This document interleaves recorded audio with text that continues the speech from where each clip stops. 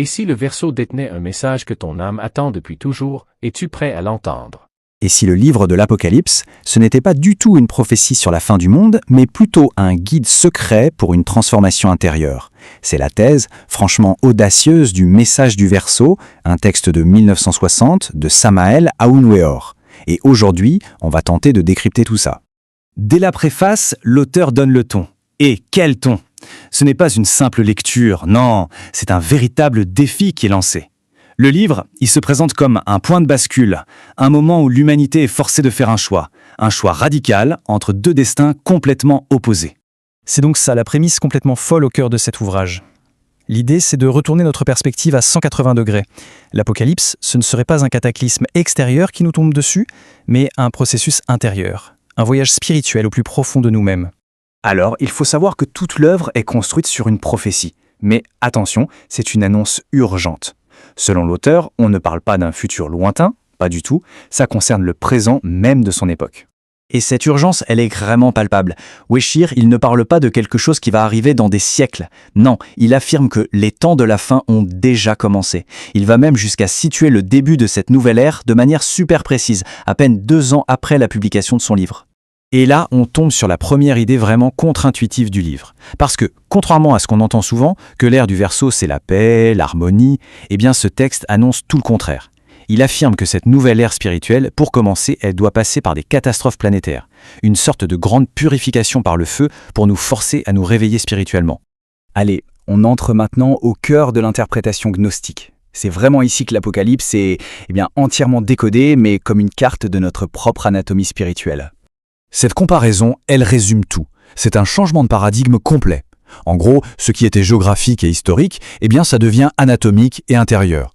Les 7 églises, ce ne sont plus des villes quelque part en Asie mineure, non. Ce sont des centres d'énergie, des chakras, situés le long de notre propre colonne vertébrale. Donc d'après le texte, quand on lit dans l'Apocalypse l'histoire des 7 lampes d'or, ce sont tout simplement les 7 chakras principaux de la moelle épinière. Et le Fils de l'homme, le Christ intérieur, c'est lui qui parcourt ce chemin, qui active chaque église, l'une après l'autre. La colonne vertébrale devient littéralement le sentier sacré de l'initiation. Ok, super, on a une carte. Mais la question c'est, comment on suit ce chemin? Comment on fait concrètement? Le livre propose une méthode très précise pour activer ces fameuses églises intérieures. Le moteur de toute cette ascension, c'est une énergie que le texte appelle la Kundalini, ou le serpent de métal. Imaginez ça comme un feu divin, une énergie sacrée, qui dort à la base de notre colonne vertébrale. Et son éveil, c'est la clé de tout, le but numéro 1 de la pratique. Et là-dessus, l'ouvrage est on ne peut plus explicite. La source de ce pouvoir immense, elle se trouve dans l'énergie sexuelle. La pratique, c'est une sorte d'alchimie, où cette énergie créatrice est utilisée consciemment, non pas pour la procréation, mais pour l'éveil spirituel. Mais il y a une condition, et elle est essentielle. C'est ce que le texte appelle la chasteté, y compris au sein de l'union. Le but du jeu, c'est de transmuter l'énergie, de ne jamais verser le vin sacré. Autrement dit, d'éviter l'orgasme. Et c'est cette rétention, d'après le livre, qui permet au serpent de métal de s'éveiller enfin et de commencer son ascension le long de la colonne.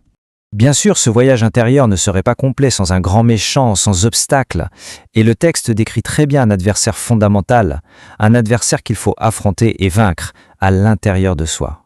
Et cet adversaire, c'est l'ego, le moi. Il est même personnifié par 3 traîtres qui agissent sur différents plans de notre conscience. On a d'abord Sebal, le démon du désir. Ensuite, Ortelut, le démon du mental, celui qui nous fait douter de tout. Et enfin, Stokin, le démon de la mauvaise volonté, qui nous pousse à l'égoïsme. Le texte utilise une autre figure biblique très forte, Jézabel. Mais attention, ici ce n'est pas la reine historique, non. Elle est le symbole de l'intellect corrompu, du matérialisme. C'est cette petite voile en notre tête qui justifie la fornication, donc le gaspillage de notre énergie créatrice. Jézabel, en somme, c'est le mental qui nous coupe de la voie du cœur. Le but de cette bataille intérieure, il est sans équivoque. Le texte dit que l'ego doit être décapité et dissous. On ne parle pas de le contrôler, de l'améliorer ou de négocier avec lui. Non, on parle de l'annihiler complètement. Le moi doit disparaître pour laisser toute la place à l'être divin qui est en nous. Bon, alors, une fois qu'on a mené ce combat, quelle est la destination finale? C'est quoi le but ultime de tout ce chemin? L'objectif suprême, il a un nom. C'est l'initiation Vénuste. C'est vraiment l'étape finale. le moment où la fusion entre l'âme humaine, qui a été purifiée, et son esprit divin, le Christ intérieur, devient totale, absolue. À ce moment-là, l'être humain devient le véhicule parfait du divin.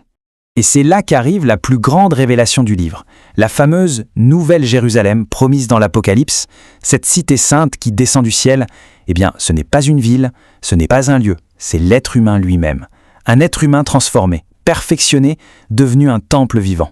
Donc pour résumer, le texte propose vraiment un processus par étapes, c'est très clair. D'abord, on éveille l'énergie primordiale, la Kundalini. Ensuite, on la fait monter à travers les chakras.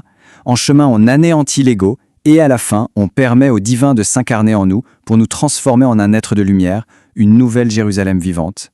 Au final, cet ouvrage nous laisse avec une vision vraiment radicale. Le corps n'est pas une prison pour l'âme, c'est le laboratoire même de notre divinisation. Et ça nous laisse avec une question ouverte et assez vertigineuse. Qu'est-ce que ça signifierait concrètement pour une Abonne-toi personne pour de éveiller devenir ton un esprit. temple vivant ?